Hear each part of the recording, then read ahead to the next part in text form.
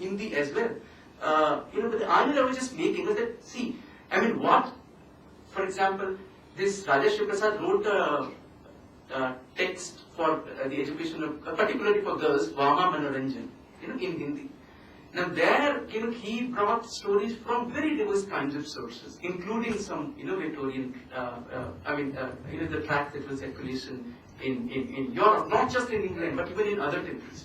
So, but after all, it was Raja Shiv Prasad who was picking and choosing, So, that was the point I was just making, that, we need to also look at the perspectives.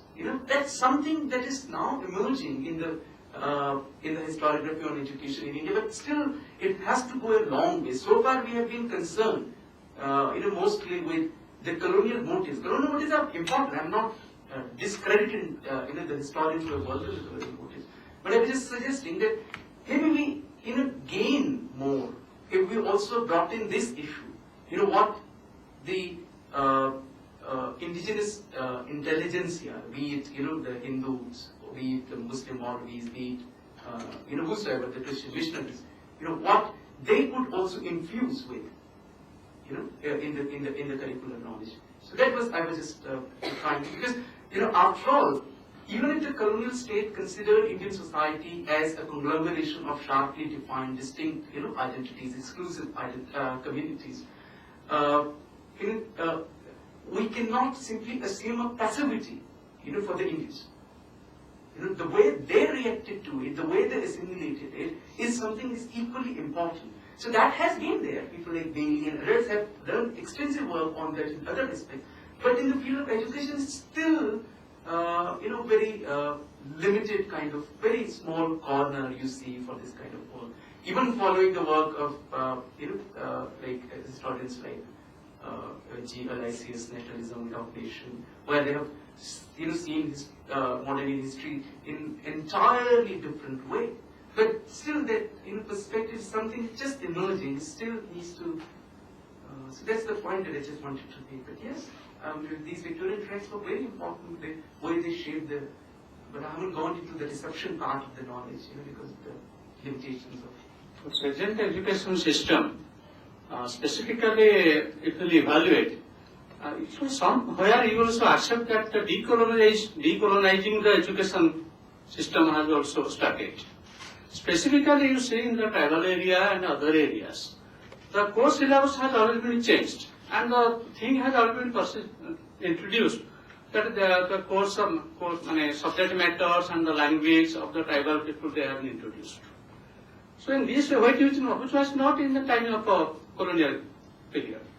Well, actually, unfortunately, I, frankly speaking, did not know, when I read the concept note of the conference, I had actually envisaged a different kind of picture of this conference. Frankly speaking, if I would have, developed this idea that it will be quite possible to talk about the present scenario, then I would have rather presented something different, which I've been working on for the last 7 years, in the schools in Delhi. But what you're saying is that even when in the tribal areas, I won't go into the detail, but even when I agree with what you are saying, the problem is that that will be the education of one kind, which will never bring these people, the equality which is the objective of the constitution.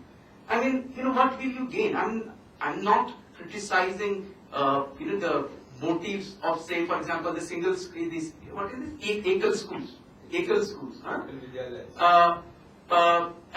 Vidyalayas, and there are other kinds of similar, hierarchies of schools or channels of schools, where, religion is made directly or indirectly a part of education, but the kind of education that is provided, what this Ekal Vidyalaya is providing and the quality that it is, imparting is certainly very different from what you expect, for example, from a central school or from, so-called public or actually private schools or in the mainstream, Delhi government schools.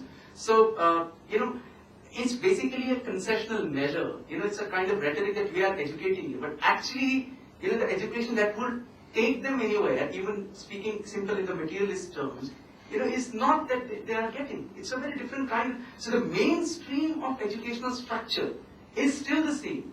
I mean, even when I agree what you say about the tribal area, the kind of education that is being talked about, but recently on 24th February, just out in the parliament, there was a leader, from the community of Bodo speakers, and they are still fighting, for the acceptance of Bodo as a language of education. So I mean, I still don't think that basically the post-colonial endeavors have been very because this is a question that I have been facing for last 5-6 years in different quarters, and I have always been answering that no, the amount of change that has come is still very meager, very meager. We don't have still a common school system. We don't have. So I mean, I won't go into details right away, but I personally still don't think that we have been able to